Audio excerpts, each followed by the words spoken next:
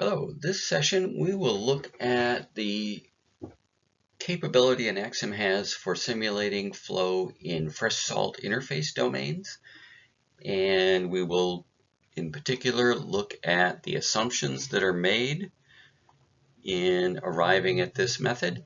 We'll look at some additional domain inputs that are required.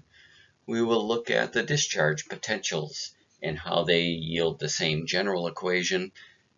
And we will look at how you specify boundary conditions at the shoreline, a couple of different options, and then a few example models and comparisons with other methods, ModFlow and CWAP. Anaqsim gives you two options for simulating coastal aquifers where there's a fresh salt interface. The unconfined interface domain, this upper one, and the confined interface domain, the lower one. And the upper one, the saturated thickness, goes from the water table down to either the base or to this interface. And the assumptions that are made here are the typical assumptions in all domains in Anaqsim that it's two-dimensional flow and we can neglect the vertical resistance to flow, and head within a domain is independent of z, the vertical direction. We make that assumption. We also make the assumption that this interface between freshwater pores on the white side of things and saltwater in the pores on the gray side of things, that interface is sharp rather than a transition zone like it is in reality. That's one assumption. Another is that the pressure on the interface can be computed assuming hydrostatic conditions on the saltwater side of things. So you can just compute the pressure, say at point A, by multiplying this depth below sea level times the unit weight of seawater. So that's this equation here. The pressure in the salt side equals the depth times the unit weight, which is rho SG here of salt water.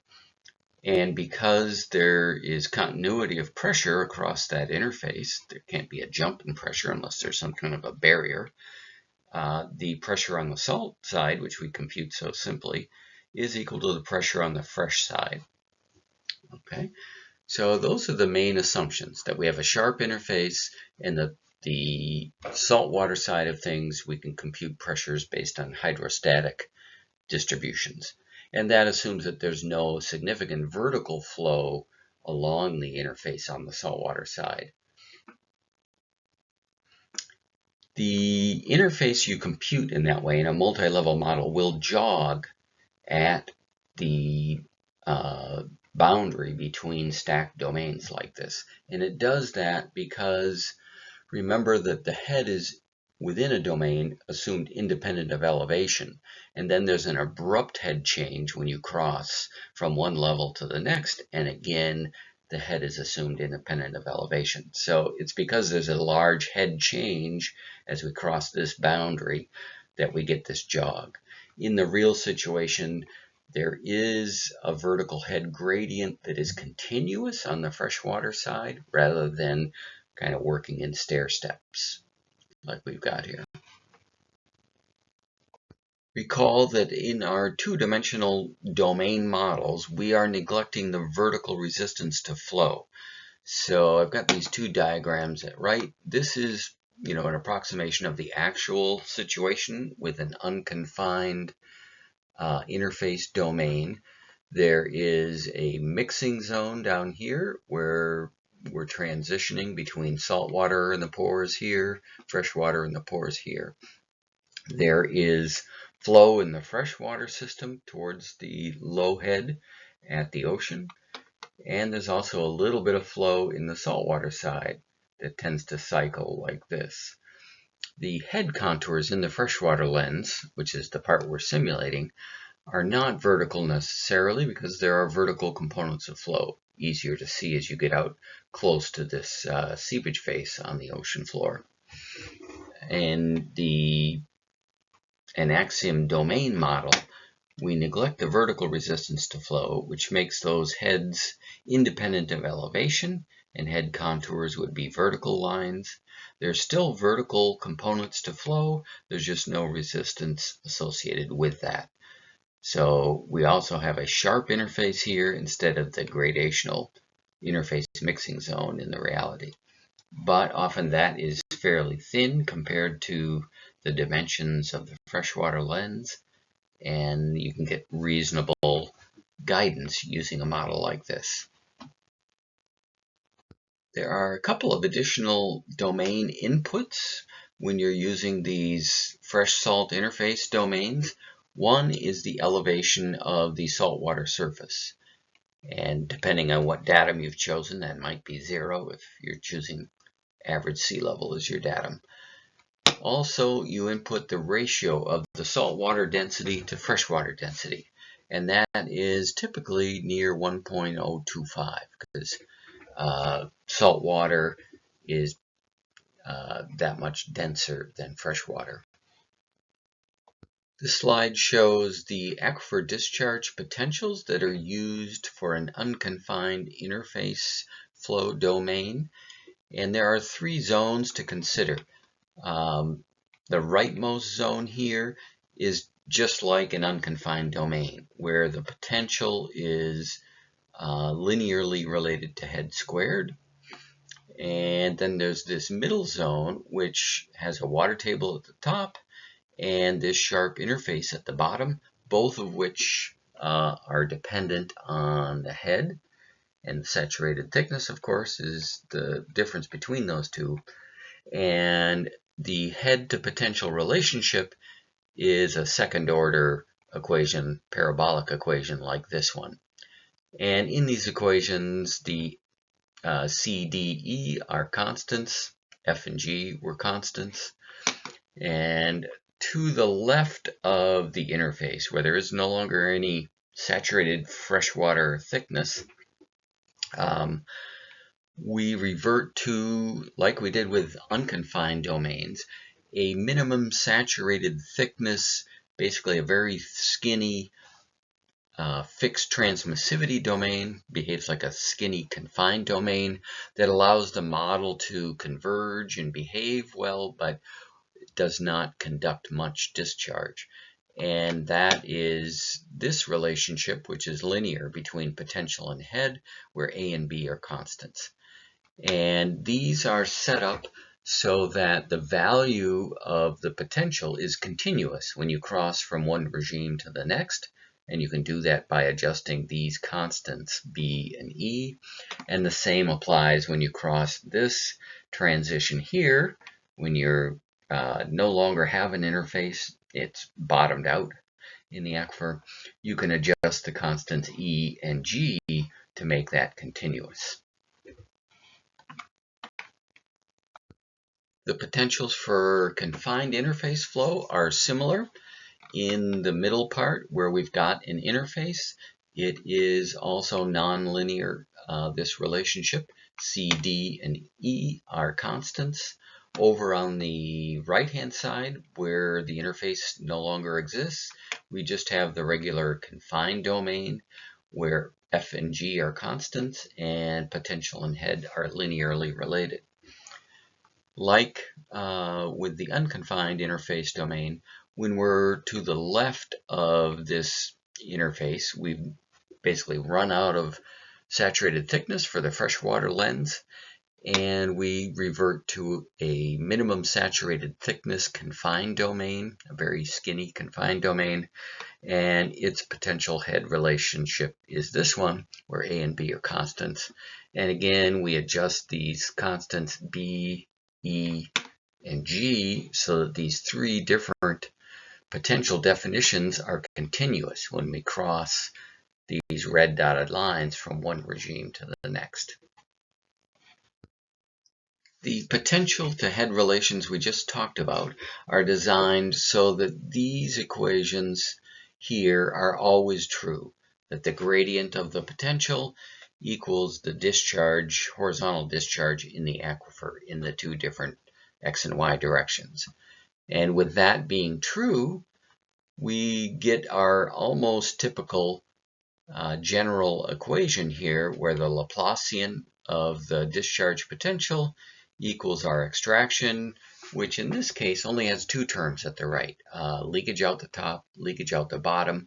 The third term, which is flow in and out of storage, isn't there because with these domains, don't recommend you do any transient modeling because we made that assumption that the salt water is hydrostatic or static. It really isn't appropriate to simulate transient flow where that interface would be moving because that would involve violating that assumption that the salt water is hydrostatic. So there is flow in the salt water in transient cases where that interface is moving, and we can't really do that with this approach.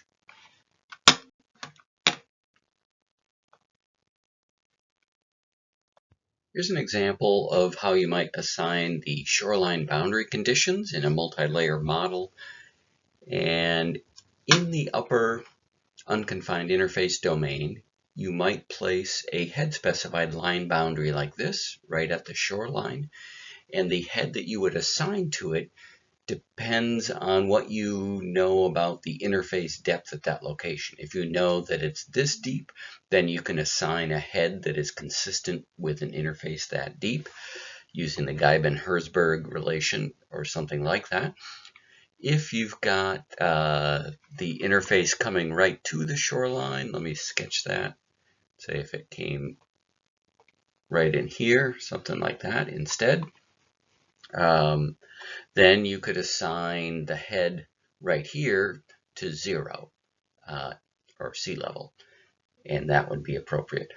So either way, you simulate a reasonable boundary condition at the seaward end of your freshwater zone, and you're really only simulating from there over to the right. In this deeper layer, you would put a normal flux specified boundary a bit offshore and set that to 0, so it's a no flow boundary. And what will happen is that the interface in that layer will pinch out, and from here on over to your no flow boundary, you will have that minimum saturated thickness skinny confined domain conducting little water at all. And what happens to the water coming this way in that domain is it leaks vertically upward and joins the domain above, the freshwater flow in the domain above, and you get a reasonable estimation of this interface position out of this. And it doesn't matter much where you place this, so long as it's offshore of this interface position. So you just put it offshore a little bit.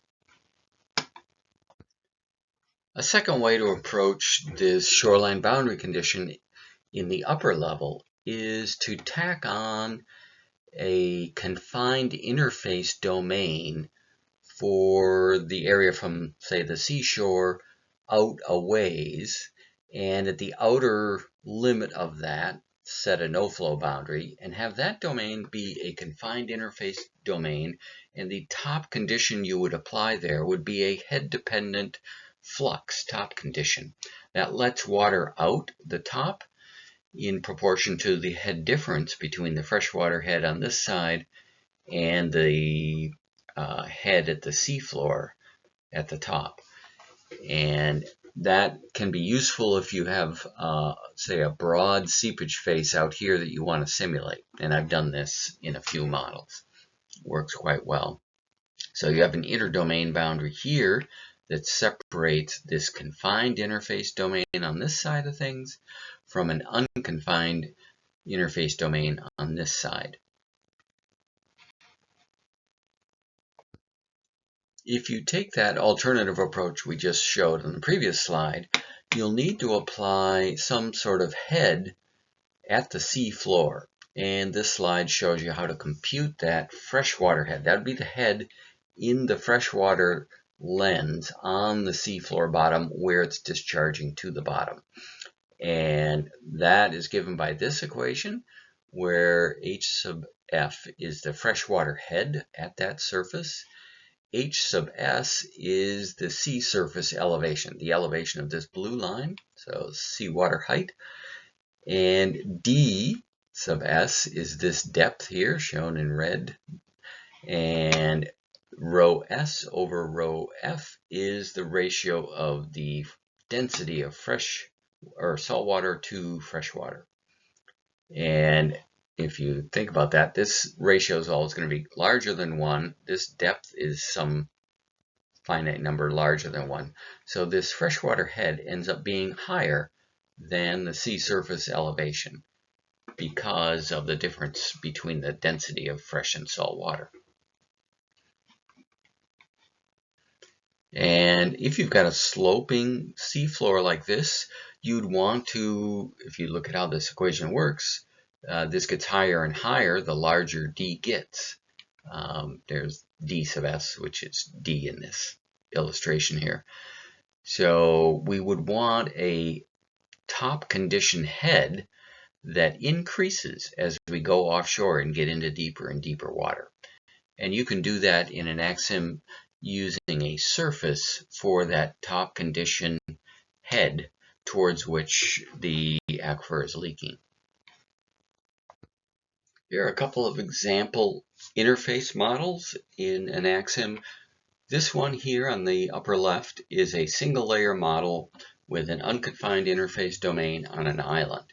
The condition at the shoreline here is the head equals 0, which is sea level, and the blue contours here show the simulated interface elevation going inland from the shore. And it gets down to about minus 34 feet here. That's the last contour that shows. And beyond that, it is blank, and that's because the interface bottoms out. The bottom elevation of this aquifer may have been minus 35, so that there is no interface in this large inland area. That's just a regular unconfined domain in terms of its computation, and there is no interface. We've modified that model on the right in this vicinity of this bay to make a 4-layer area, and I'm outlining the inner domain boundary that separates that 4-layer area from the 1-layer area outside of that. And in this vicinity, we have a well field with 3 wells pumping here. I'm showing their locations. And the wells, we did a series of simulations where those wells were either fully penetrating through all 4 layers or screened in 3 or 2 of them. And the results of the interface, the simulated interface profiles along this dotted line are shown in the slide below. So if these 3 wells are all fully penetrating through all 4 layers, you get the dotted green contours in terms of that interface position. And for comparison, a single layer model with the same conditions except for not multi-level in this area gives you the solid green line. So not much difference there, but you do see that the interface is a little seaward of that position in the multi-layer model because it's accounting for some upward component of flow along the interface. The pressures are a little bit higher in the multi-layer model, and it pushes that interface a bit offshore.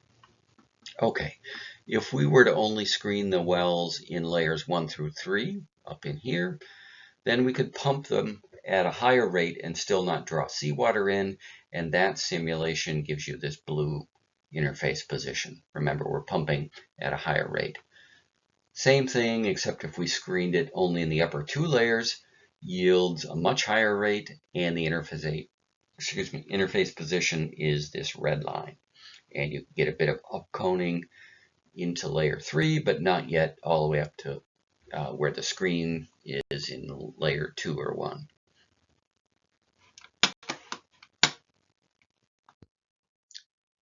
I did a paper in 2015 that documents how these interface domains work in Anaqsim, and I did a comparison of Anaqsim's approach to simulating the interface position with that done by the ModFlow SWI module that Mark Bacher wrote, I believe. and also CWAT, which is a solute transport variable density simulator that is quite cumbersome, but it does simulate concentrations and flow in the seawater side of things as well. But this model, this profile is a vertical profile of the simulated interface using a couple of methods in Anaqsim that are explained in the user guide, and that has to do with whether you use a constant head within each domain, that's first method, or you interpolate heads from top to bottom in the domain where it's multi-layer, and that's the second method.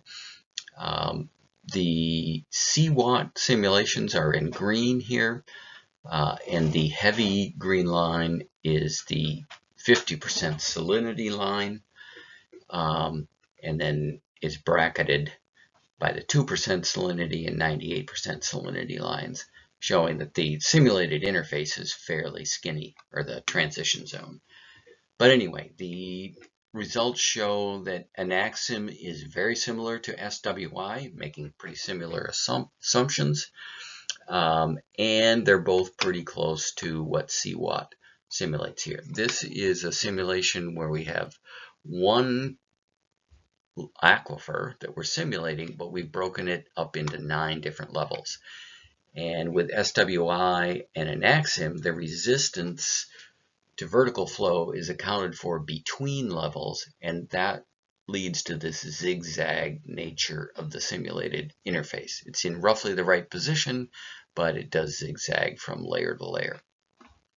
This simulation has 2 aquifers separated by a low conductivity aquitard, so most of the vertical resistance getting to the seafloor with this fresh water is in the aquitard. And again, the comparison shows very similar results between SWI mod flow and Anaqsim, and then a bit smoother, more realistic simulation of how it behaves through the aquitard in the CWAT simulations. But this shows that the simulations are doing what they ought to do. And here's the reference to that 2015 paper, which has a lot of what I've just presented in this short session.